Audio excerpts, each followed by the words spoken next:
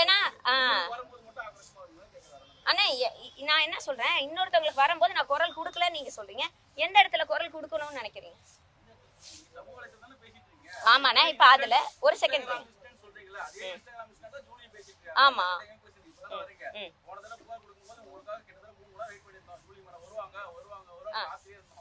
ஆமாண்ணா, நான் புகார் கொடுக்க இல்ல கரெக்ட்ண்ணே. நான் இப்ப எல்லாருக்கும் வந்து கேட்டவங்க எல்லாருக்கும் நான் கண்டிப்பா வந்து கொடுப்பேன், வந்து கொடுத்தேன். அன்னைக்கு நான் சொல்லலண்ணே, நான் கொடுக்காத ரீசன் நான் சொல்றேன். இல்ல அன்னைக்கு நான் கொடுக்காத ரீசன் நான் சொல்றேன். ஏன்னா எனக்கு அவங்களுக்கு எதிராக ஆதாரங்கள் என்கிட்ட இருந்தது. அதை மொத்தமும் ஸ்டேஷன்ல கொடுத்து நான் லீகலா அதை மூவ் பண்ணணும்னு நினைச்சேன்.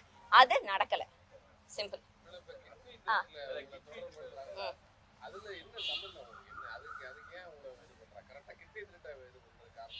அத நீங்க தான் சார் சொல்லணும்.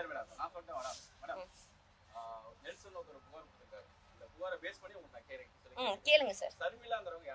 எனக்கு தெரிஞ்சவங்க சார். ஷர்மிலான்றவங்க எனக்கு தெரிஞ்சவங்க. ஒரு 3.5 வருஷமா எனக்கு பழக்கம் இருந்தது. லாஸ்ட் பர்த்டே என்ன ஆயிடுச்சு, ஒரு வருஷத்துக்கு மேல ஆயிடுச்சு. எங்களுக்கு அவங்க பேச்சுவார்த்தை இல்லை. இது பர்சனல் ரீசன்ஸ்னால பேச்சுவார்த்தை இல்லை.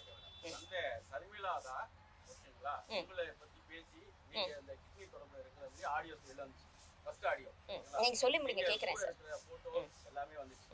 ரெண்டாவது ஆடியோ தான் என்னன்னாக்கா, உங்க கணவரையும் நீங்களும் பேமெண்ட் கேட்டீங்கன்னு சொல்ற ஆடியோ. இந்த ரெண்டு ஆடியோ தான் செய்தித்தாளங்கள்ல கரெக்ட்டுங்களா? ஷர்மிளா பேசின ஆடியோ உண்மையா பொய்யா? ஷர்மிளா என்ன பேசினாங்கன்னு எனக்கு தெரியாது சார். First point. செய்தியில நீங்க பாலிமர் சொன்னீங்களா, அந்த பாலிமர் செய்தியில நான் பார்த்தேன். அவங்க வந்து அவங்க கணவர் வந்து இது ஜூலிக்கு தெரியுமான்னு கேக்குறாங்க. அவங்க தெரியும்ன்றாங்க. நான் என்ன சொல்றேன்? பாக்குறீங்களா இல்ல உங்களுக்கு தனியா? இல்ல சார், எனக்கே தெரியும். ஏன்னா என்ன சொன்னாங்க, நான் 10 வாட்டி அந்த நியூஸை கேட்டிருக்கேன். இல்ல அவங்க வந்து இது ஜூலிக்கு தெரியுமா, ஜூலி வந்து நர்ஸ் தானே, அவங்க ஜூலிக்கு தெரியும்னா எனக்கு தெரியாது சார்.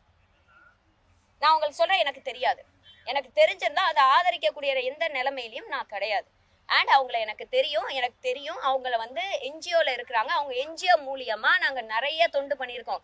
இவ்வளவு சொல்றவங்க, நான் வந்து குழந்தைங்களுக்காக லிவர் சர்ஜரிக்கு நான் வீடியோ போட்டு என்ன ஃபண்டு கனெக்ட் பண்ணணுமோ அதை நான் கனெக்ட் பண்ணி கொடுத்துருக்கேன். எனக்கு அந்த அளவுக்கு தான் தெரியும். ஒருத்தவங்க எனக்கு தெரியுன்றதுக்காக அவங்க பண்றது எல்லாத்தையும் என்கிட்ட சொல்லுவாங்கன்னு நிச்சயம் கிடையாது. அப்படி ஒரு விஷயம் தெரிஞ்சிருந்தா நான் கண்டிப்பா அதுக்கு ஒத்துழைச்சிருக்க மாட்டேன்.